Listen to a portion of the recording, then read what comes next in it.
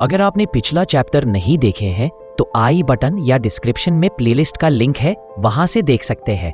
आज मैं vagabond chapter explain करूंगा जिसका शीर्षक है ताकुआन। चैप्टर की शुरुआत में मोंक को देखते हैं जिनका नाम ताकुआन है।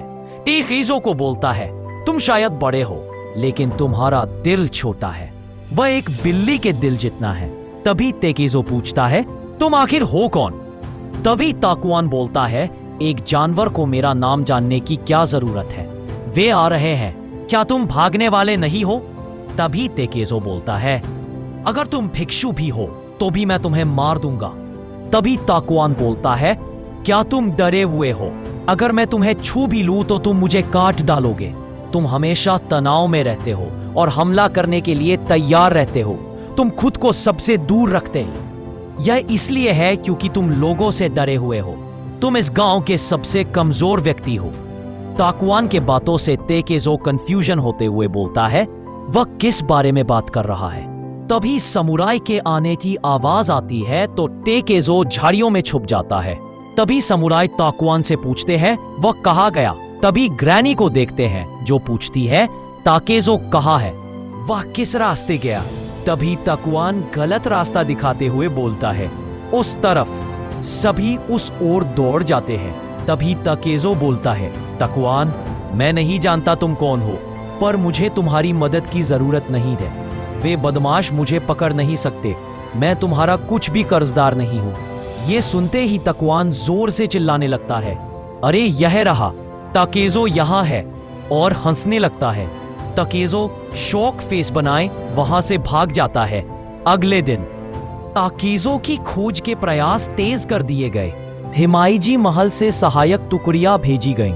ग्रामीण शिकार में भाग लेते रहे। उन्हें अपने खेत छोड़ने का आदेश दिया गया। उन्हें केवल बांस के भालों से लैस होकर पहाड़ों की छानबीन करने के लिए मजबूर किया गया।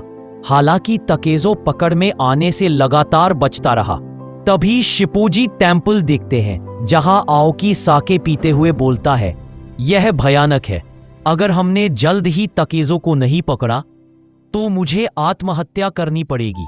मेरे कंधे में दर्द हो रहा है। वह शातिर बदमाश और जोर से आवाज देता है, ओत्सु ओत्सु कहाँ है? तभी भिक्षु को देखते हैं जो आओकी को बोलता है, कैप्टन आओकी, आपको इस तरह आवाज नहीं उठानी चाहिए। आप केवल खुद को और चोट पहुंचाएंगे। तभी आओकी दर्द से बोलता है, ओत्सु मुझे नजरअंदाज कर रही है। उसके बिना साके का स्वाद भी अच्छा नहीं लगता। तभी भिक्षु बोलता है, मैं उसे ढूंढने की कोशिश कर रहा हूं। तभी आओकी दर्द के साथ बोलता है, खैर जल्दी करो। तभी ओत्सु को देखते हैं जो एक पेड़ के नीचे बैठी रो रही होती है और समुराई उसे खोजते हुए आवाज दे रहे होते हैं। तभी ओत्सु रोते हुए बोलती है, माता हाची, तुम कमीने। तभी देखते हैं ताकुआन ओत्सु के बगल में बैठे हुए हैं और बोलते हैं, तभी आवाज सुन ओत्सु देखते हुए बोलती है, ताकुआन। तभी ताकुआन ओत्सु को बोलते हैं, ओत्सु वे तुम्हें ढूंढ रहे हैं। तभी ओत्सु बोलती है, मुझे परवाह नहीं है, मुझे उस मूंछों वाले समुराई से नफरत है। वह सभी तो बस पीता रहता है। उसके जैसा मूर्ख ताकेजो को पकड़ नहीं पाएगा।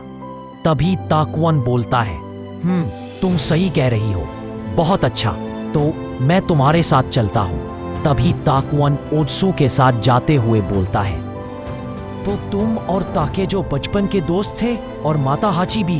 तभी ओत्सु और रोने लगती है और बोलती है, माता हाची तो बस भयानक है।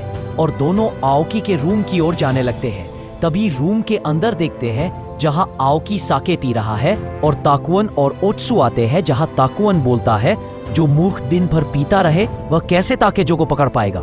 ये सुनते ही बाहर काम करने वाले लोग हंसने लगते हैं और भिक्षु का फेस पर डर देखते हैं। तभी आओकी बोलता है, यह क्या था? तभी ताकुआन बोलता है, कितने हफ्ते, कितने सैकड़ों आदमी तुम्हें एक आदमी को पकड़ने के लिए चाहिए। ग्रामीण तुमसे और तुम्हारी अक्षमता से थक गए हैं। तभी ओत्सु ये देख हैरान हो जाती है और तभी आओकी अपने मयान से तलवार निकलते हुए बोलता है, तुम्हारी हिम्मत कैसे हुई? मैं तुम्हें काट दूंगा। तभी ताकुआन रिलैक्स आवाज में बोलता है, क्या इस अक्षम कैप्टन के लिए मुझे काट पाना संभव भी है?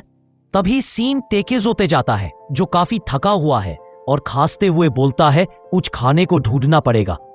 तभी गांव वालों की आवाज आती है, वह मिला ना। तभी तेकेज़ो बोलता है, तुम मूर्ख हो, तुम मुझे कभी नहीं पकड़ पाओगे। तभी तेकेज़ो को पिछले दिनों की बातें याद आती है, जहां उसे सबकी बातें याद आ रही होती हैं। एक राक्षस, वह दुष्ट है, उसकी आंखें मुझे कंपकपी देती है। तभी तेकेज़ो बोलता है, यहां वापस आने का मेरा एकमात्र कारण ओत्सु को यह बताना था कि माता हाची अभी भी जिंदा है। मुझे परवाह नहीं कि तुम बदमाश मेरे बारे में क्या सोचते हो। तभी तेकेज़ो को टकुअन की बात याद आती है, जहां वह कहता है, तुम इस गांव के सबसे कमजोर व्यक्ति हो। तभी तेकेज़ो पर कुछ गिरने की आवाज आती है, जिससे उसके गाल पर चोट लग जाता है और वह जमीन पर गिर जाता है। तभी पेड़ से एक आदमी को तेकेज़ो पर तलवार से हमला करते हुए देखते हैं, जहां तेकेज़ो उसके हाथों को पकड़ने में कामयाब हो जाता है, जिससे वह बच जाता है।